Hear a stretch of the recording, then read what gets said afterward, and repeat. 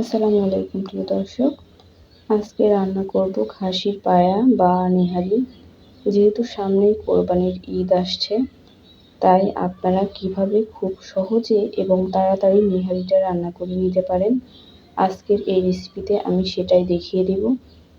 এটা সাদা ভাত, রুটি, পরোটা যে কোনো কিছুর সাথেই তৃপ্তি সহকারে খাওয়া যায়। সেম পদ্ধতি ফলো করে আপনারা চাইলে এভাবে গরুর পায়াও রান্না করে নিতে পারেন। চলুন তাহলে রেসিপিটি শুরু করা যাক। এখানে আমি 1.5 কেজি মতো খাসির পায়া নিয়ে নিয়েছি। এগুলো বাজার থেকে এভাবে ছোট টুকরো করে কেটে এনে বাসায় এর উপরের লোমগুলো ফেলে পরিষ্কার করে নিয়েছি।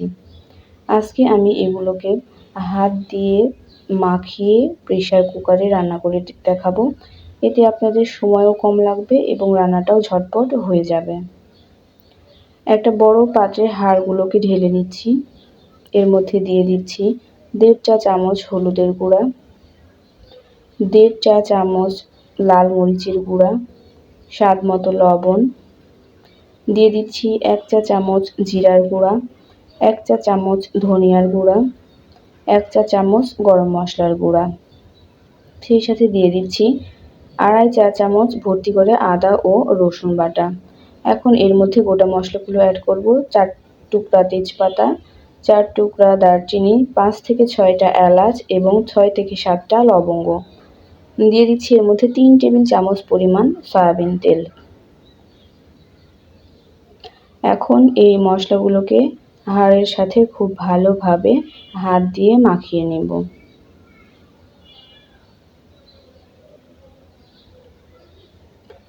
মাখানো হয়ে গেছে। এখন এর মধ্যে দিয়ে দিচ্ছি 2 কাপ পেঁয়াজ। চাইলে আপনারা এই পেঁয়াজটা একসাথে দিয়েও মাখিয়ে নিতে পারেন। এখন এই পেঁয়াজটাকেও আমি হাড়ের সাথে ভালোভাবে মিশিয়ে নিব।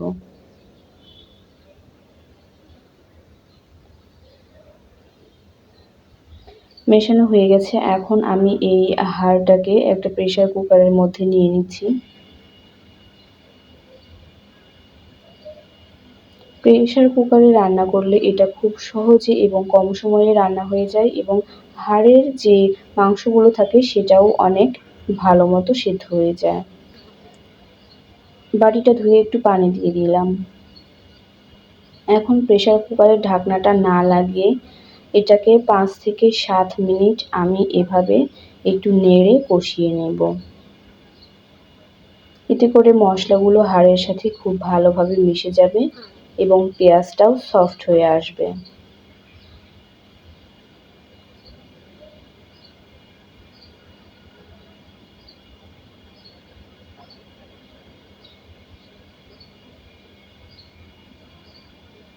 এভাবে আমি 2 থেকে 3 বার একটু নেড়ে কষিয়ে নেব।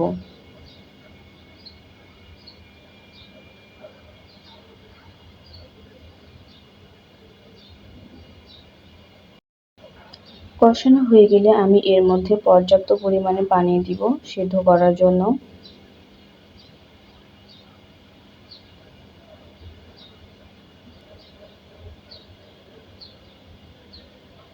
পানিটা দেওয়ার পরে হাড়গুলোকে একটু নেড়ে নিয়ে এই পর্যায়ে আমি ঢাকনাটা লাগিয়ে 8 থেকে 10টা সিটি দিয়ে নেব। এই সময় অবশ্যই চুলার জালটা লো করে রাখতে হবে, তা নয়তো তাড়াতাড়ি সিটি উঠে গেলে এগুলো ভালো মতো সিদ্ধ হবে না। 8 থেকে 10টা সিটি দিয়ে নেওয়ার পরে আমার হাড়গুলো ভালো মতো সিদ্ধ হয়ে গেছে এবং আমি এগুলোকে আরও ভালোভাবে নেড়ে মিশিয়ে নেওয়ার জন্য একটা প্যানের মধ্যে নিয়ে নিয়েছি। এই পর্যায়ে আমি এর মধ্যে দিয়ে দিচ্ছি 4টা কাঁচামরিচ। এটা ফ্লেভারের জন্য দিয়েছি, আপনারা চাইলে না দিলেও হবে।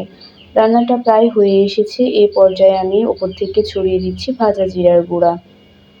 চেষ্টা করবেন ফ্রেশ ভাজা জিরার গুঁড়াটা ব্যবহার করার, এতে ফ্রেশ ফ্লেভারটা পাবেন। নেহারির ঝোলটাই যেহেতু আসল, তাই আমি এটাকে একটু ঝোল ঝোল রেখেছি। অনেকেই এমনভাবে রান্না করেন যেন ঝোলটা একটু বেশি থাকে আর এটাকে 2 থেকে 3 দিন জাল করার পরে গাঢ় করে নেন। তো বন্ধুরা, আপনাদের যদি সময় থেকে না থাকে তাহলে আমার এই পদ্ধতি ফলো করে আপনারা খুব সহজেই অল্প সময়ে বাসায় এই নেহারি তৈরি করে নিতে পারেন। ভিডিওটি ভালো লাগলে অবশ্যই একটা লাইক দিবেন। ধন্যবাদ। আল্লাহ হাফেজ।